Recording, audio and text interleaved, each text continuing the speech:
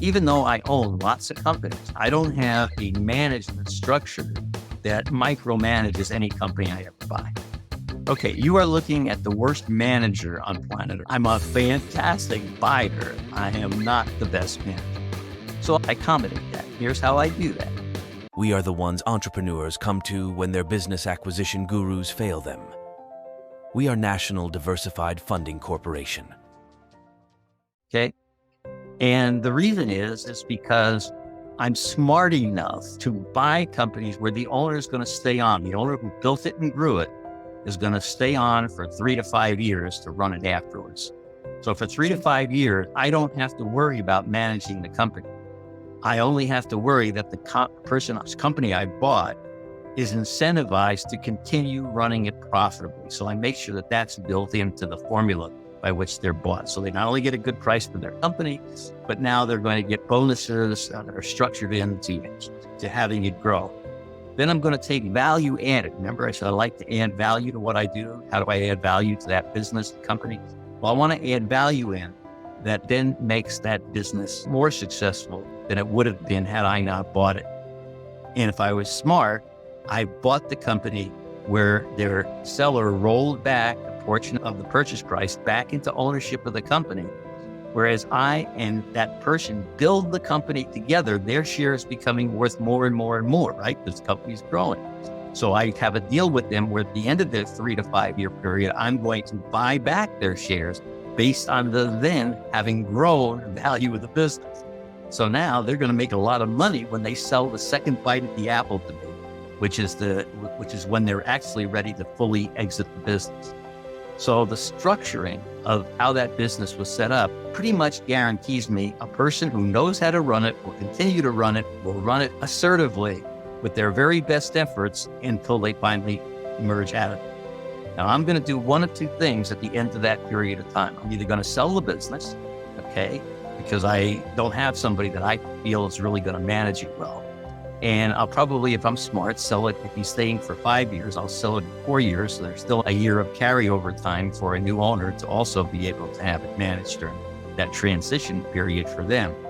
But the goal would be to sell it to a strategic buyer who will actually pay me more for the business than what it's worth. When I sell to a competitor, they're going to pay me the lowest amount for the business because they're already in the business, okay? But if I sell it to a strategic buyer, they're going to pay me sometimes double or triple what the business is worth. And why would they do that? Well, I'll give you an example of a company that I sold. I sold a company where the company that bought my company was a public company that had a division let me go back and tell you the story real quick. Take me just a minute. It's a motorcycle parts company. And I sold initially a single product for motorcycles. It was a front end fork tube. And if you wanted to extend the front end of your bike and you wanted to make it a chopper or anything to do other than the standard front end fork tube, you couldn't get it from the original equipment manufacturer. You had to get it from an aftermarket manufacturer. To make a very long story short, only 3 competitors in the whole United States. I bought one of them as my first purchase. And over a period of about 18 months, I bought up my 2 remaining competitors until now I was the only manufacturer in the United States where if you wanted to extend your front end fork tube or you were in an accident, you had to replace your front end fork tube. My company produced all that, and it was about the only place that a distributor could buy in volume. So every distributor in the United States bought front end fork tubes from me. All right. And they had to have this product. They could not carry the product. And if they wanted to have the product, they had to buy it from me. Well, I used that to leverage my company into every form of motorcycle product that was manufactured out of metal. So any steel fabricated product, whether it was handlebars, tweak bars, kickstands, luggage racks, whatever was made out of metal, I added those to my product line through acquisition. I bought companies that did that, and I put them into my product line. And I bought companies that were high in quality but poor in sales. So when I bought the company, I had a good product, and whereas the old owner couldn't sell his product, when I put it into my company, my salesman went out to all my distributors who carried my front end fork tubes, and they always bought my new products that I bought. Why? because they all knew that if they didn't buy my full product line, I wouldn't sell them fork tubes. And they had to buy fork tubes from me. So that helped me build the best distribution in the motorcycle parts industry. All right. Now, along comes a strategic buyer who wants to buy me out. And it's a public company. And what do they make? They make parts for the motorcycle industry too. But they make, instead of metal fabricated parts, they made plastics and fiberglass parts. So they made helmets. They made gas tanks.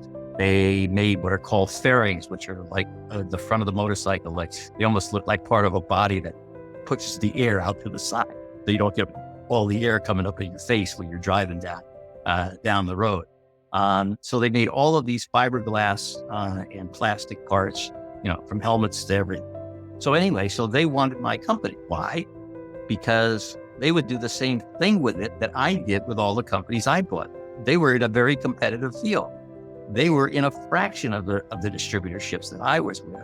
And they knew that if they bought my company, not only could they buy the profits and cash flow of my company, but it would increase the profits and cash flow of their company as they then forced the distributors to have to buy the full product line, which now included all of their products into the product mix. So they were willing to pay me almost triple the value of my company because their product line was so big and so expensive that when they backed it into my product line and into my distributors, they were going to make so much money that they shared that with me in the form of a very nice purchase price for my company. So that's what I mean by a strategic buyer. So when we did that, that was a way that we took the company that we had and made more money with it. Now, let me get back to the original question here, if I can. Okay, if I buy a company, I'm not going to get involved in day-to-day management. I want to know it's well managed. That's the reason I'm buying it. But let's say I made a mistake. Let's say that the seller gets lazy, or all of a sudden now that they got that little bit of front-end money, then they're going to get enough on the basic purchase price that they're not going to be motivated and the sales are going to come down. And I now have to worry that somebody's got to manage that business. It's not going to be me. It's not going to be a big management team that I build with a lot of overhead to run that company. Okay, what I'm going to do is what's called spin-off. Okay, I'm going to sell that company, hopefully to a strategic buyer, but if not, I'm going to sell it. Even if I don't make any money on the sale, even if it's just to get rid of it, I'd rather do that than have to get in there and deal with all of the management tasks of buying the business. So how do I get into a business? Through acquisition. How do I get out of a bad business? A reverse acquisition. I sell it. I don't go in and try and turn it around because that is too much energy, too much drama for too little return.